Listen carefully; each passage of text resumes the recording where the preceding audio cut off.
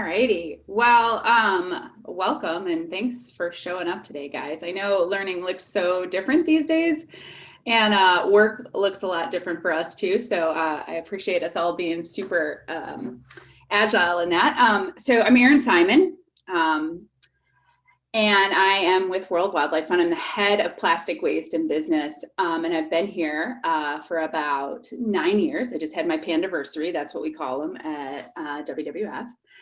Before that, I was at Hewlett-Packard for 10 years. And so my background is packaging engineering and material science. So I went to school to figure out how to make things, things that could help humans, right? Help our lives be better. And I spent the first 10 years of my career at Hewlett-Packard really thinking about how we could innovate with materials to protect product, to make it easier for consumers to use it, to unload these giant printers, which is what I spent a lot of my time on. And in the last part of my 10 years there, I started focusing on sustainability. And really what I realized pretty quickly is while I was spending a lot of time as an engineer and a material scientist thinking about how we use materials, I didn't spend as much time thinking about where those materials came from and how I was getting them from the planet, or the impact of that. And I definitely didn't spend as much time beyond just defining things as recyclable, doing anything about making sure they actually got recycled. So when I came to World Wildlife Fund, it was my job to work with companies like the one that I had come from and help them to think about how they're using materials, and really think about, taking things from the planet in a way that the planet can replenish them in a normal cycle, and then making sure that they stay in the technical system so we can cascade their value, right? Using it over and over again, so that we don't have to keep going back and asking the planet for more.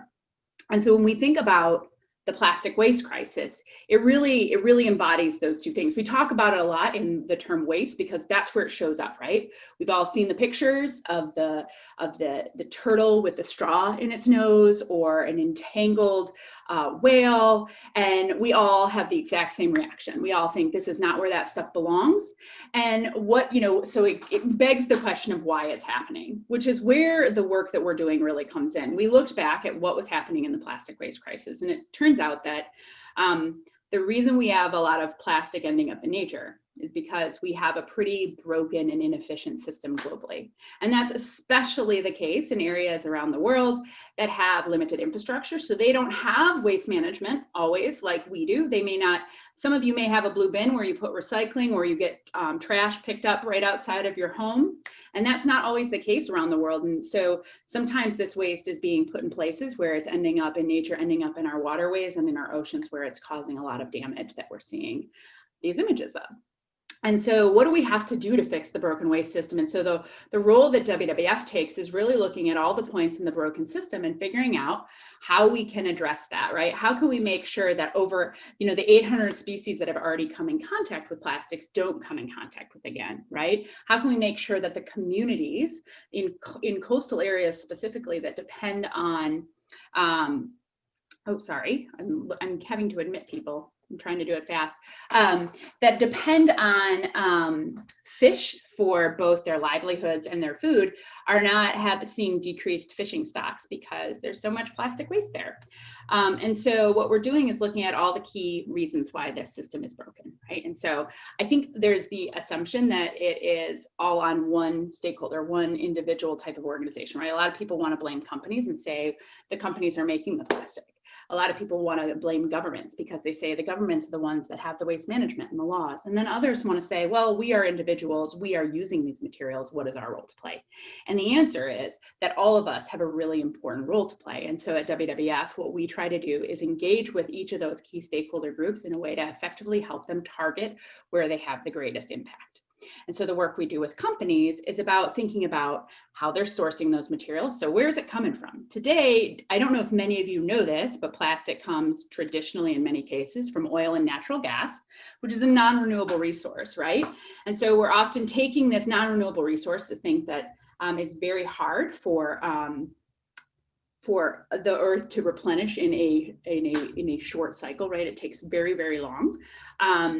And we are making it into a product and we're letting it end up going to waste. And so we need to work with companies to make sure that they are sourcing more sustainably, whether that's from recycled content or whether that's from sustainably sourced bio-based content, and that they're making it and using it in a way that it can be the most efficient and stay in the system, and then making sure they're investing in the system that they depend on to collect, process, and provide availability for those materials on the back end of that.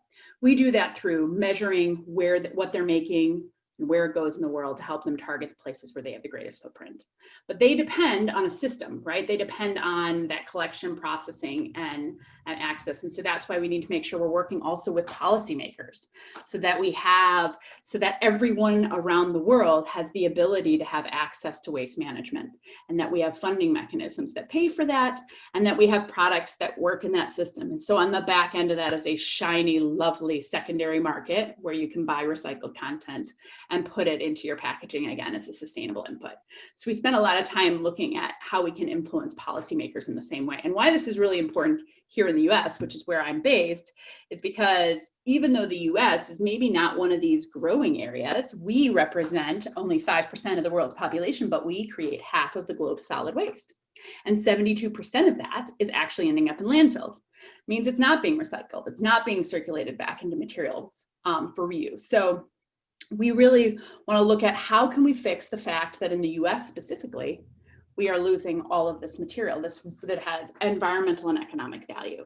And so it's really about looking at how we can collectively work together, NGOs with businesses like Walmart, Coca-Cola, and others, to figure out how we can then engage with policymakers, both at the national and local level, to make sure that we are putting the right policies and investments in place to get the infrastructure we need to get those material back.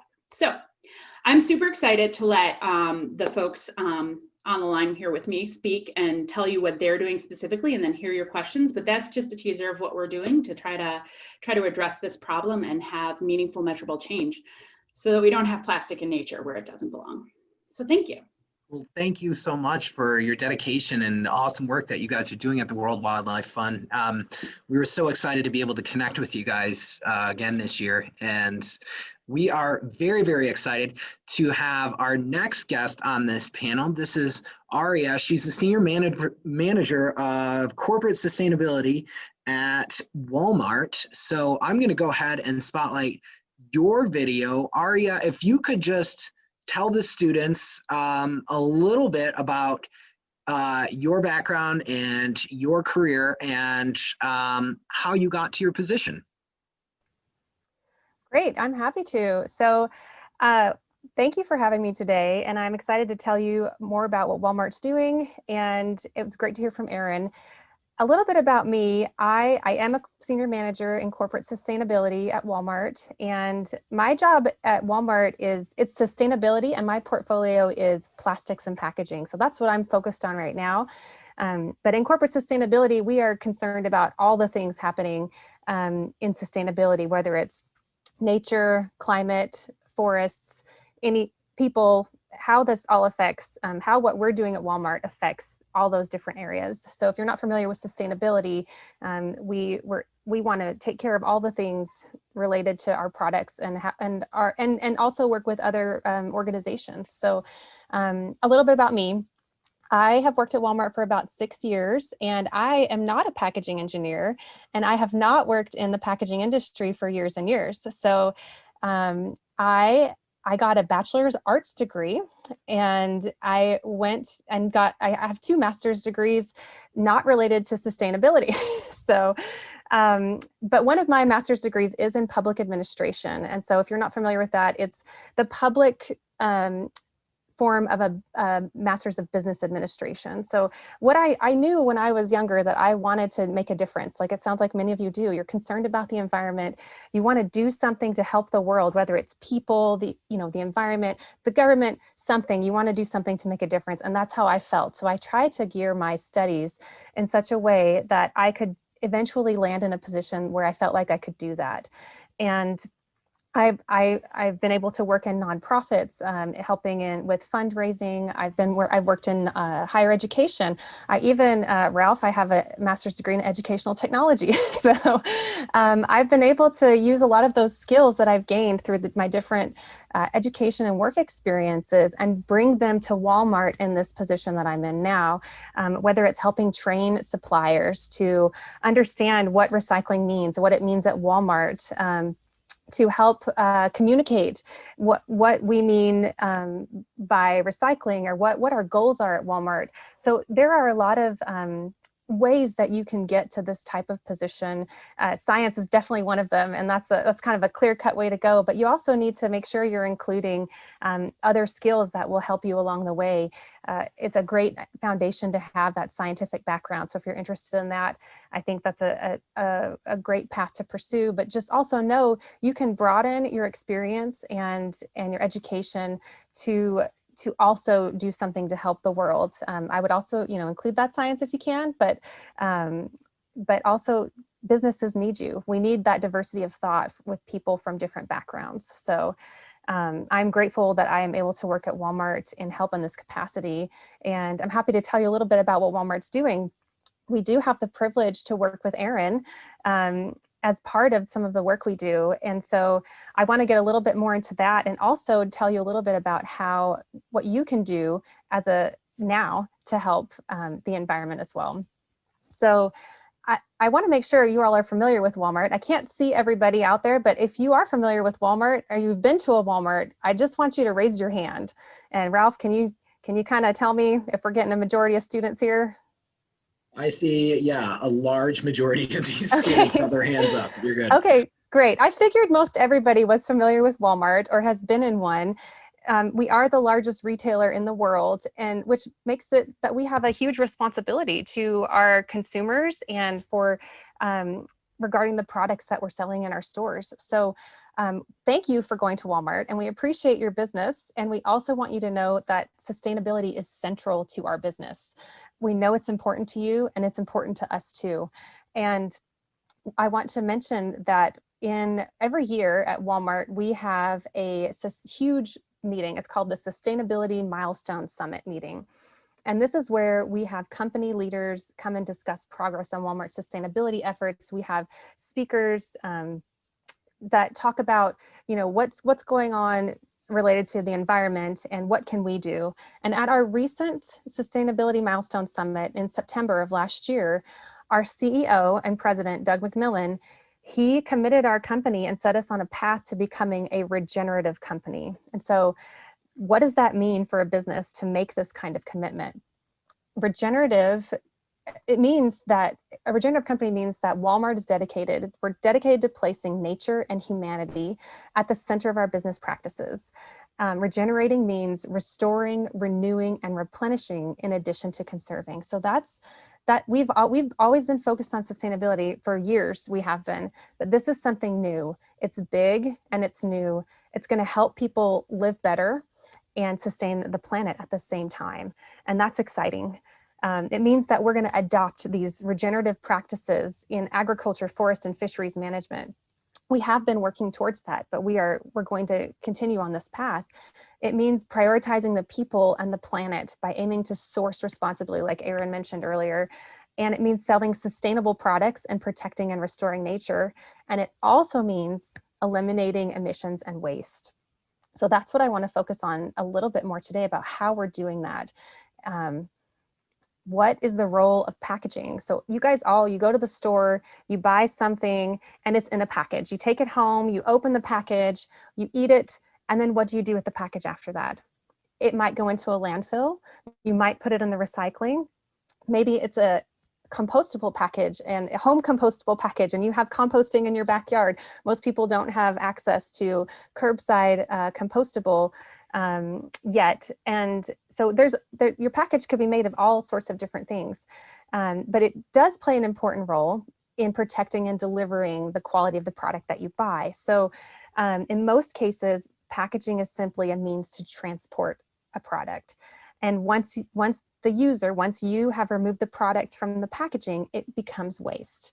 And just to give you a few interesting statistics, the World Bank has estimated that the world produced 3.5 million tons of solid waste per day in 2010, and that amount is projected to double by 2025. And there was also a recent study done by the Pew Charitable Trusts entitled Breaking the Plastic Wave. And they found that without action, the annual flow of plastics into the ocean will nearly triple by 2040 if we don't do something. So that's where we all come in. Like Erin was saying earlier, we have to work together. Walmart's a retailer. We sell all this stuff. We have customers that come in and buy the stuff. We work with suppliers who supply us the stuff and put it in packaging. And we all have to work together with other organizations like World Wildlife Fund or with the Consumer Goods Forum to figure out, okay, what can we do about this problem? How can we move forward? And Walmart has set some goals, and one of our aspirational goals is that we want to achieve zero plastic waste. And that's a pretty big aspiration. Being the world's largest retailer, it's not something that we can do alone, like I mentioned earlier.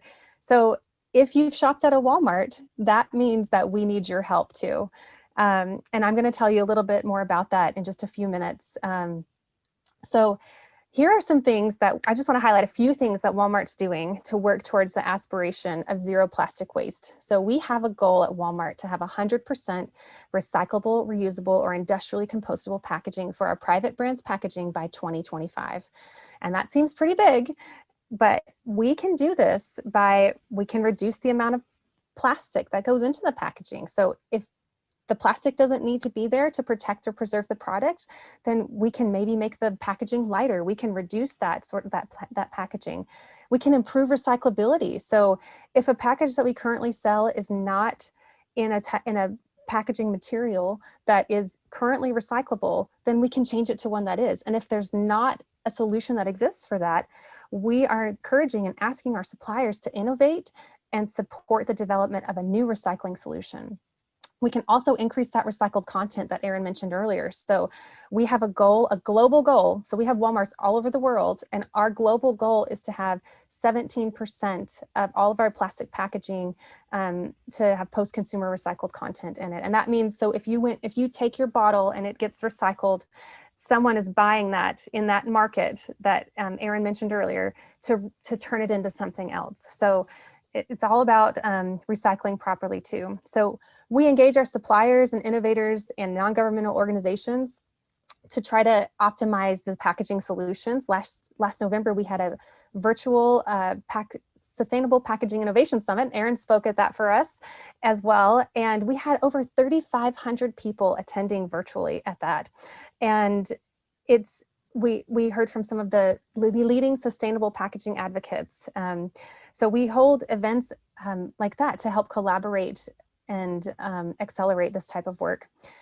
We are members of different organizations like the Recycling Partnership, Sustainable Packaging Coalition, the Ellen MacArthur Foundation, and we just joined the US Plastics Pact this last year, which that's a new organization that was founded to bring all of these different stakeholders together, whether it's government, companies, researchers, to work together to address the massive undertaking needed to support recycling, reuse, and composting with solution-driven actions. So we also have other resources like the Walmart Recycling Playbook.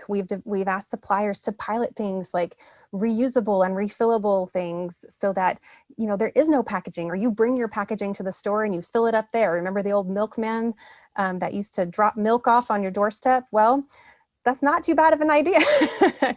We want to, you're reusing the same type of packaging. So we want to pilot things that reduce the amount of packaging that goes into a product. We're working on issues related to plastic bags. Many of you go to the store, you get a plastic bag to put your stuff in.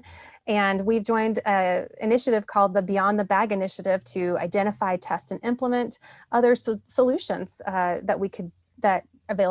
regarding plastic bags. So I know I'm running short on time, but I want to mention one more thing, what you all can do. So one of the main things that we are working to do is to engage our customers.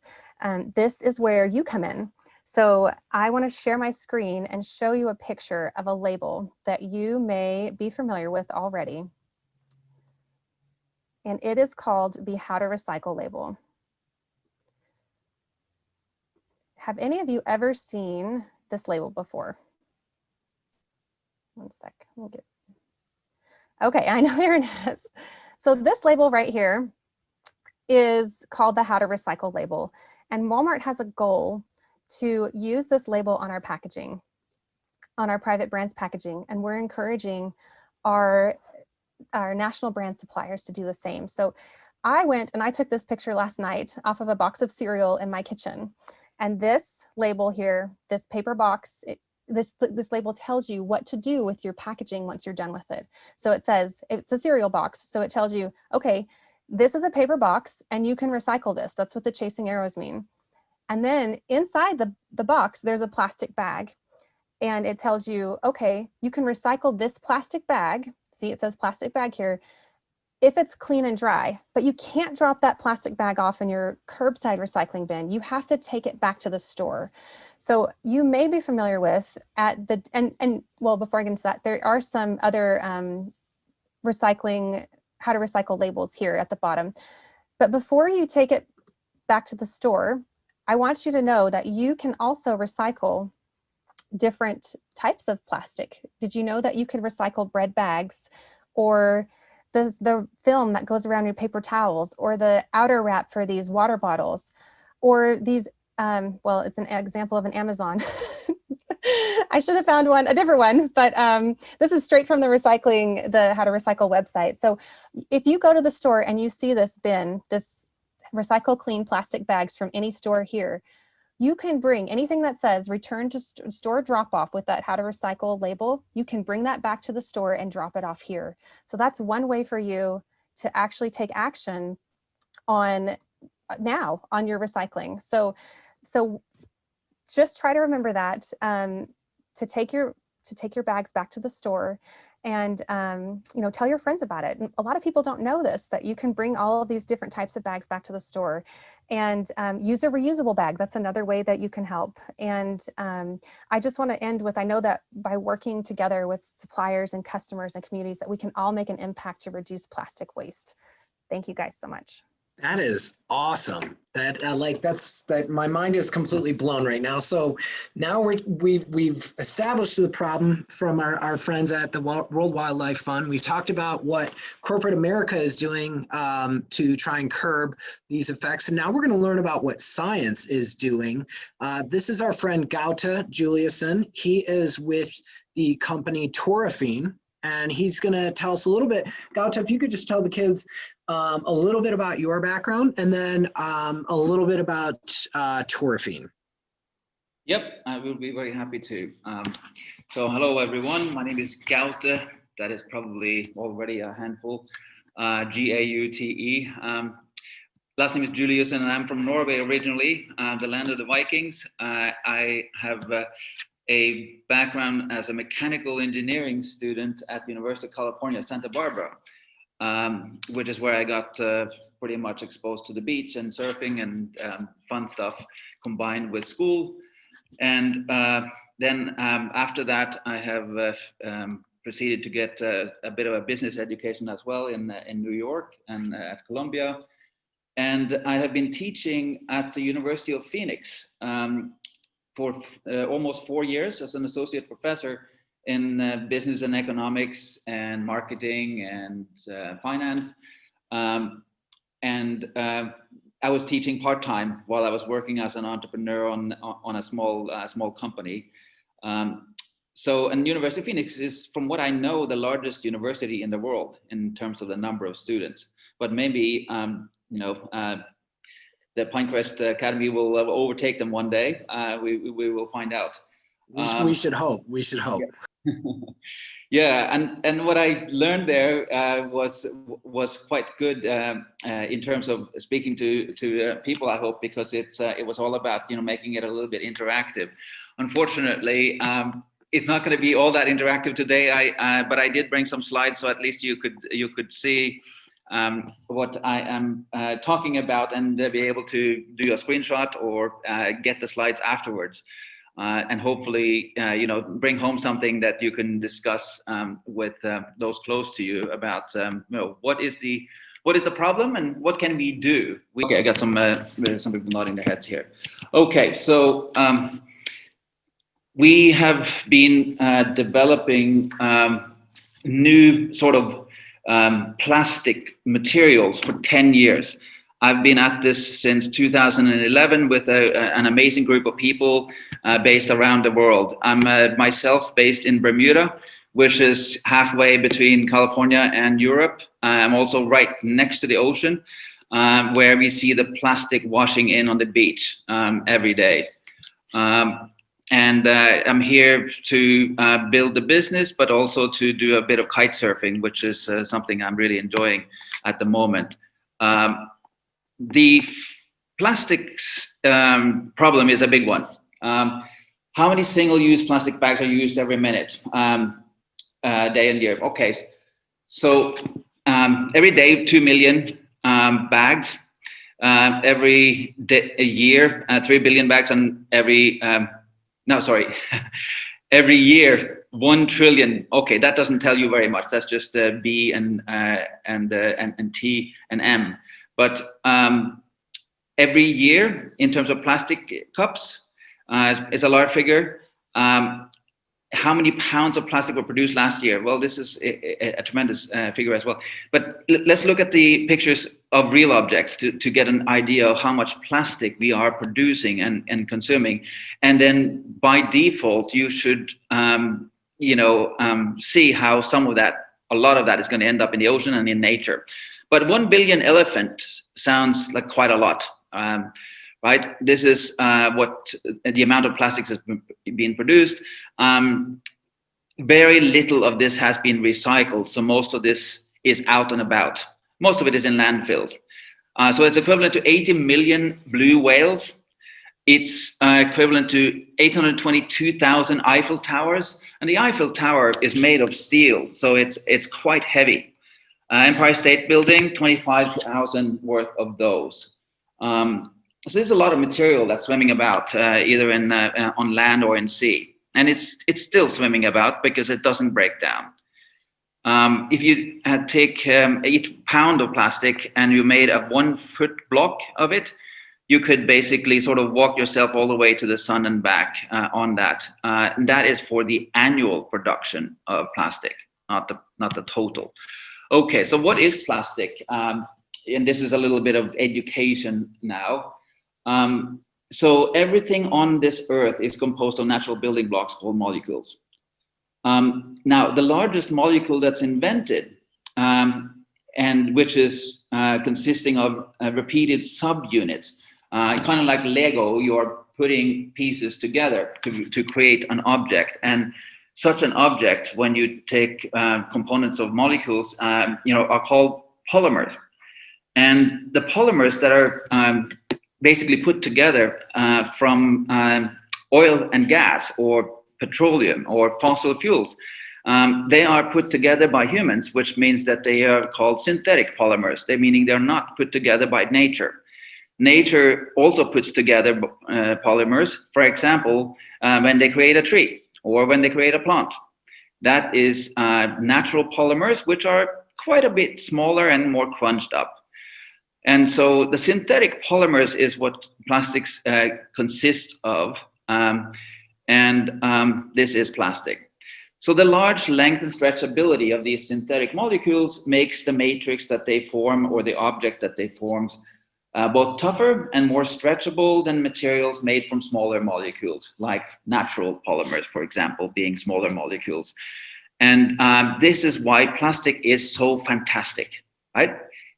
It's the best material to make something strong and tough and flexible from, except for what are we going to do about that turtle that was mentioned earlier up in the upper side there? Well, the turtle is basically having a problem with this plastic because it doesn't break down and more accumulates, and the animals in the sea are getting into trouble with this. The problem of plastic is it's a bit lengthy, guys, but I hope that you could take a little screenshot and then read about it later. Yeah, we should be able to send this to them a little bit later. Can you by chance tell the kids a little bit about, like, we've established, you know, kind of the problem and how corporate America is trying to help. How has science tried to help? Right. Well, so we see now, you know, and on this page you will see explain what plastics is, and there is building materials to build packaging from before plastic came about, right? And we used to use paper, for example, so the angle that our science goes towards is, let's use what we already have, what nature has already created, which is natural polymers like paper. And it could be things like sugarcane, it could be maize, which also has, you know, polymers. Some of them are called proteins, but it's the same type of construct of molecules that actually nature can deal with. If we take a little picture to try to explain what it is that science is grappling with. So here you see a long, you know, you see that little string there, that kind of looks like something you put around your neck. It is a representation of a synthetic polymer, a long polymer. So in order for things to break down in nature, you have three guys that basically break things down. It's bacteria, it's fungus, and it's algae. And these guys are small. They can only sort of eat objects that are smaller than them, because otherwise they can't envelope it and eat it and consume it. So the synthetic polymers are unfortunately too long and they cannot be eaten, so they do last. You know, they do last. And this is the issue that, you know, science is grappling with. So if there was a way to have these guys, you know, to construct a material that these guys can eat, it will be taken care of. So if you accidentally drop a shopping bag into the ocean, it can be consumed by these guys in the ocean, and this is food for them, and it's good for them, because we need food also if we live in the ocean. And so what is the solution that we have come up with, you know, the scientists at Toraphene? Well, we have basically taken a material called graphene, which was invented in, well, got a Nobel Prize in chemistry in 2010 at University of Manchester in the UK, in England. And this material is both stronger and thinner and lighter than other materials. It's 25% stretchable. It's so strong that it's actually 200 times stronger than steel. So the Nobel Prize was given for it in 2010. And we take this material and we basically make this an helper to the natural polymers, like paper. By putting in something that is so light and so strong and so stretchable, you actually can make the old packaging materials that we used to do before plastic be able to do a lot of the same things that plastic can do. And this is the magic. So it's not necessarily about inventing something new. It's about taking what we have that did work, but also taking a bit of new science there that came out of Manchester University, which is this graphene material. We need very little of it, just less than 0.1% of it. So it's so little that you can barely see it. But this way, you're able to make that paper packaging stand up to liquid so that it doesn't get soaked and kind of go away. And we're able to do a lot of things. This is still early days, guys. You know, we have been at this now 10 years, but that's not a very long time for science. But we feel that now is the time when we are, you know, able to talk to people about this, and also to start getting some initial customers to try this, and there isn't yet much of an infrastructure to deal with compostable materials yet. So there is still a lot to be done, as was highlighted so brilliantly by the previous speakers. But we are in the early phase, and your generation will be the beneficiary of this, and we encourage you to get involved. There is are going to be a lot of jobs created by companies like Toraphene and other companies that are similar to us, that try to come up with alternatives so that we can spare this planet from further abuse and make it a better place for everyone. Sounds pretty incredible. So we've established the problem, we've established what corporate America is doing about it, we established what science is doing about it. And again, if you guys have any questions, feel free to put them out in the chat. But I'm going to go ahead and ask you guys some questions. So we got some questions emailed and some questions sent to me directly in the chat. We had a question for Aria, and they wanted to know, even if they don't have a Walmart where they live, because you're speaking to students around the world, what kind of stuff could you recommend they could do in their communities to help combat plastic waste? That's a great question. So there are a lot of things that you can do. One of the things that I would recommend doing is, depending on where you live, and check to find out what your local requirements are for recyclability. So it's really important to know what is recyclable where you live and what isn't. You want to make sure that what you're putting in your curbside recycling bin is actually going to be recycled, because I'm sure you've heard in the news, recycling doesn't actually work. It gets thrown in the landfill, and why even recycle? But that's not true. Like, we still need to keep trying to do this. And a lot of it is about education, and you need to know what you can recycle in your area, because if you're putting just trash or things that cannot be recycled in your area, or things that look like a container that can be recycled, but it really isn't. So you need to look for that how to recycle label. Like, does it say it's recyclable? Don't just look for the chasing arrows and a number in it. You need to look for that how to recycle label, because that tells you what to do with it, because they've already done all the research for you to say, if it says check locally, then that means you need to check locally, because some areas might take a yogurt cup in the recycling bin and others won't. No plastic bags you can ever really, right now, cannot be put in your curbside recycling. That's something that we're still working towards. And so those all need to be brought back to a store. It can be a Walmart store, or it can be lots of grocery stores or other retailers have these bins at the front of the store where you can bring them back. Another thing you can do is use reusable items. Instead of using foam plates that you can get, if you're having a party and you want to buy some plates, get the paper plates instead, or get the if you have industrial composting available where you live, get the industrially compostable plates and then dispose of those into your compostable or industrial compostable bin if you have one. So I would really encourage you to use reusable items. Check to see, what's going on in your area regarding, usually you can check on your municipality's website. So your city's website, your county, to see what is happening there. But, think about how you can make a difference. Instead of using if you need a water bottle to take to school or wherever you're going these days, take a reusable one, fill it up before you go, or encourage your parents to we don't need to buy plastic water bottles. Or if we do, we need to recycle them, because plastic bottles are actually really easily recycled if they're designed correctly. And that's the type of material that can be recycled and then sold and reused in another type of plastic. So make sure you're recycling properly, know what your municipality local requirements are for recycling, and then try using reusable items. Use a reusable bag at the store. Bring your bags to the store. Man, nailed it.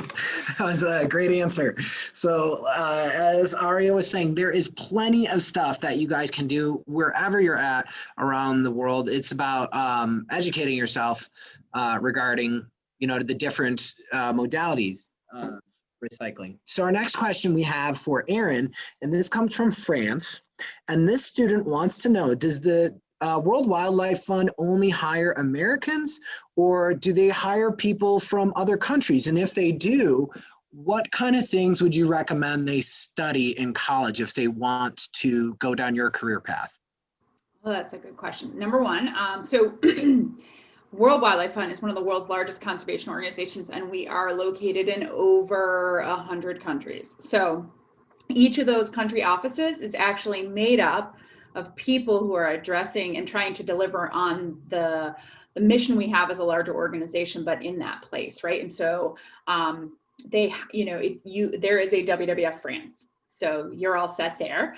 As far as what you should study in education, this is a really good question. I came in a really weird way. I'm sort of an anomaly at WWF because the scientific background I have is actually in material science, and most of the ones I have, my staff, and I have an R&D team, they have usually a biological scientific background, or something in conservation and sustainability. So here's what I'm thinking as far as what the world needs in our future generations who are going to be helping us to solve these really complex problems. One, systems change. So every single global challenge out there, whether you're talking about plastic waste, whether you're talking about climate change, biodiversity, land use change, communities, and people, none of them are black and white issues, right? Now, all of them have multiple root causes. So you need to have a good grasp of what systems change looks like. How do we get a whole bunch of people together to lean in at once in a coordinated effort? That's the only way we're going to get ahead of any of these problems in the future. I think also some sort of obviously background in science, but it doesn't have to be a scientific background. Aria gave some great insight to that, in her interesting journey that she took to getting into sustainability, right? There's relationship management. In my work, I work a lot with different people. I need to be good at building bridges with different perspectives and different ideas. So relationship management, project management, just getting stuff done, just be good at that no matter what. I would say the other piece is policy and legislation. So you can work on the side of how do we influence governments to be, really well versed in that. And then of course, there is donors and donor fundraising and working with foundations and being a part of helping to leverage financial power to drive the systems change in the places we're going. So there is so much opportunity and so much diversity in the types of folks that we need to help us to solve these global challenges. So as a packaging engineer, I would not have guessed when I was coming out of college that I was going to end up at the world's largest NGO helping companies to think about things differently. I had no idea what my career path was going to be when I got here. It was super exciting when that happened because it's a little bit of my dream job, but I didn't know that, right? And so I also want to encourage you to be open to what comes up and opportunities because you don't always have to have that all planned out right now. But yeah, hopefully that helps, but there's tons of jobs up there at all times at different levels. And I guess the last piece of advice on NGOs is that one of the things that can be surprising, and I'm just saying this because I'm in the process of hiring right now, is that NGOs are, we're nonprofit. That means we are not flush with cash. The cash we do have goes into the field to solve the problems.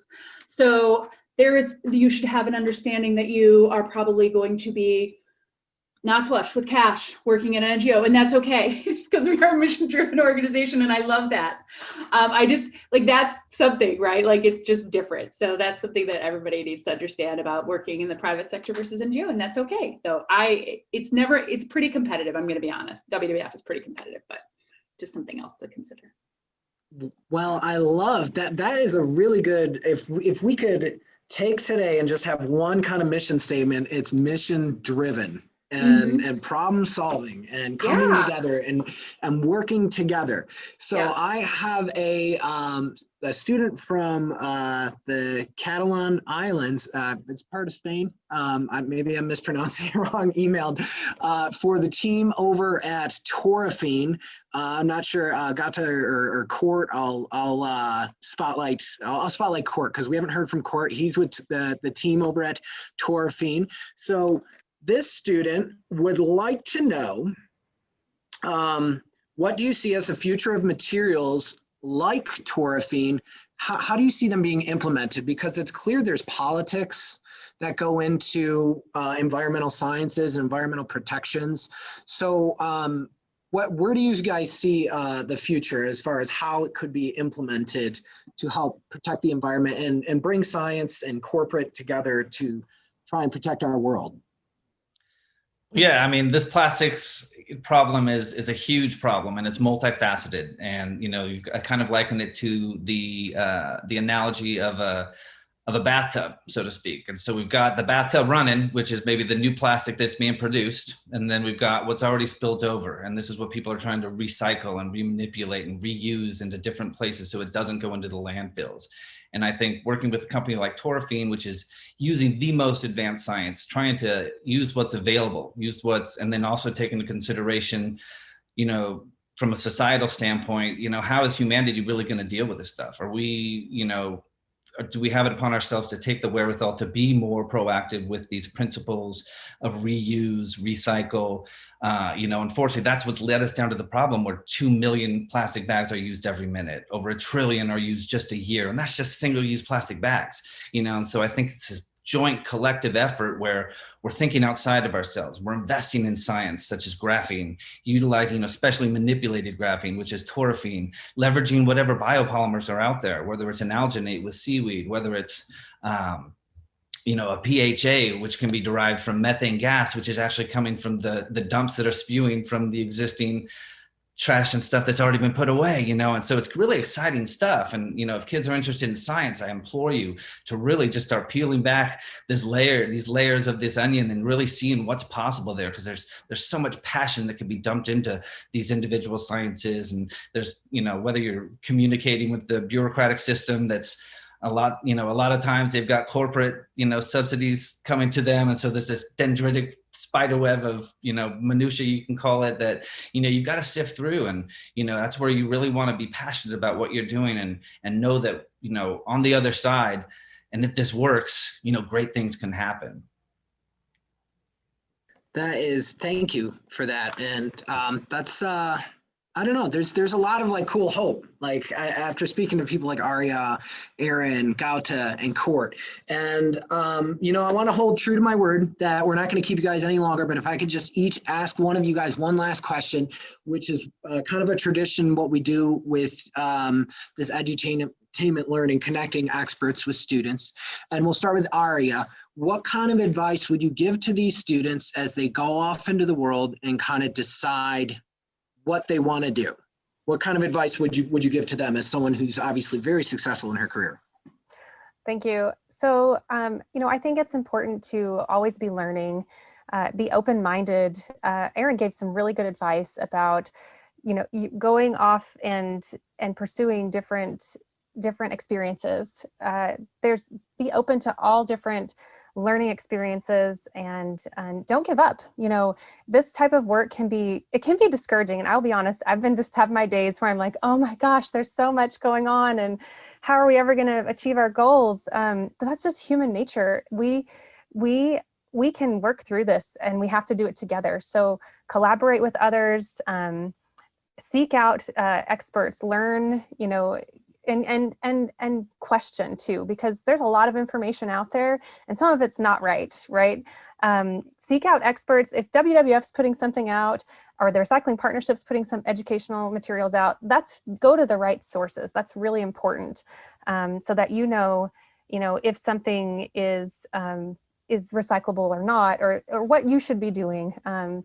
So I think it's important to make sure you're educating yourself, you're going to the right sources, and you're questioning things, because we can always do things better, and we need innovators. We need people to help us, like Toraphene.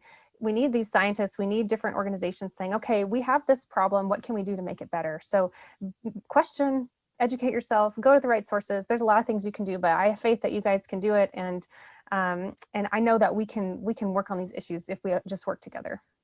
That is great. I love that quote. So we'll take it over to Gaute over at Toraphene. Same question to you, and Erin and Court, you guys be prepared. Same question. Gaute, if you could give these students one bit of advice as they go off into the world, because I know some of the students here are 18, 17-year-old high schoolers. What kind of advice would you give to them as they kind of discover what they want to do in the world? Yeah, well, I have three children, 13, 17, and 23.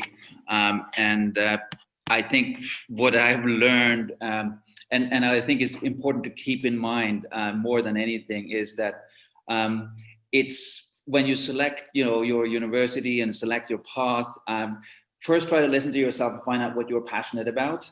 What is it that triggers you? What is it that you are also good at, which sometimes, can be what triggers you, but also it can not be.